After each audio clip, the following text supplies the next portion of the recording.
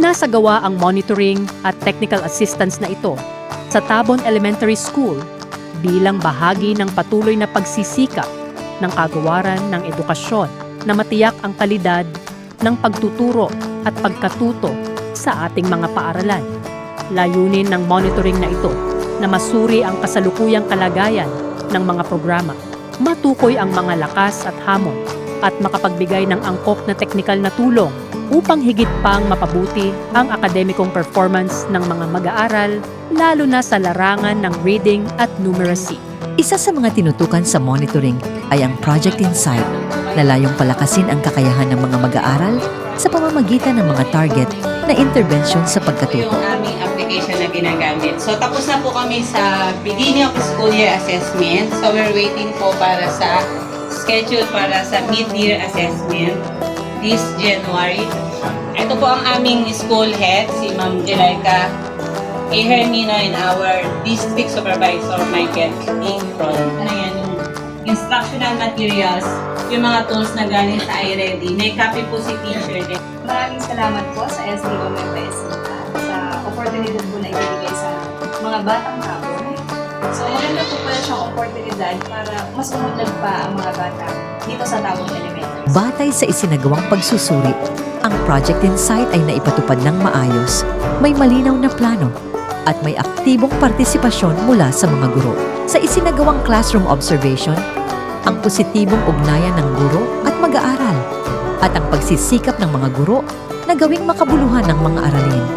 Ilan sa mga gurong naobserbahan ay gumagamit ng iba't ibang estratehiya sa pagtuturo, kabilang ang tanong-sagot, guided activities, at simpleng instructional materials upang mapanatili ang interes ng mga mag-aaral. May mga rekomendasyong ibinigay ukol sa pagpapalakas ng learner-centered strategies, mas aktibong partisipasyon ng mga mag-aaral, at mas malinaw na pag-uugnay ng layunin ng aralin sa mga gawain sa klase. Malaking bahagi ng monitoring ang pagsusuri sa antas ng pagbasa at numerasya ng mga mag-aaral. Batay sa mga datos at record na iniharap, makikita na may mga mag-aaral na nagpapakita ng pag-unlad, lalo na sa mga nabigyan ng agarang interbensyon. Gayunpaman, nananatili pa rin ang hamon sa mga mag-aaral na nasa frustration at non-reader level, gayon din sa ilang aspeto ng basic numeracy. Bilang tugon, inirekomenda ang patuloy at mas intensibong remediation, regular na assessment, at mas malapit na paggabay ng mga guro upang matiyak na walang mag-aaral ang maiiwan sa pagkatuto. Tiningnan din ang kalagayan ng mga instructional facilities ng paaralan. Ang mga silid-aralan ay maayos at ligtas para sa pagkatuto ay magagamit sa araw-araw na gawain ng paaralan, at ilang pasilidad na maaaring i-upgrade upang mas maging kaaya-aya at epektibo ang learning environment. Ang mga obserbasyong ito ay mahalaga upang magsilbing batayan sa mga susunod na plano at suporta para sa paaralan.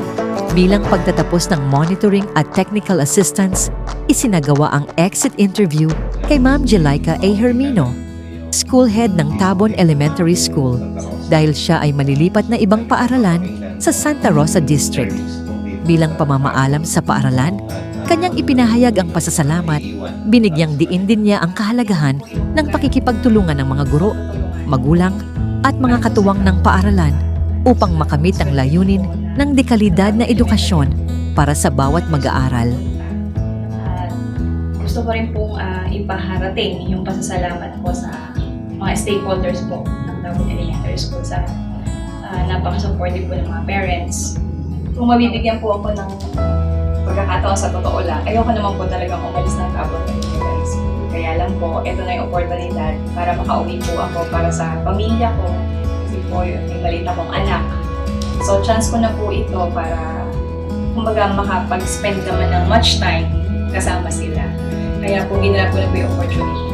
Pero, I will always be grateful po sa Tabon Elementary School at sa San Isidro District. So, I will never say goodbye nor farewell. Just see you around. Sa kabuuan, ang monitoring at technical assistance sa Tabon Elementary School ay nagsilbing mahalagang hakbang sa pagtitiyak ng kalidad ng edukasyon, patuloy na pagpapabuti ng mga programa, at pagpapalakas ng suporta para sa mga guro at mag-aaral. Sama-sama nating itaguyod ang isang paaralang may malasakit, may kalidad at may pag-asa para sa kinabukasan ng bawat batang Pilipino.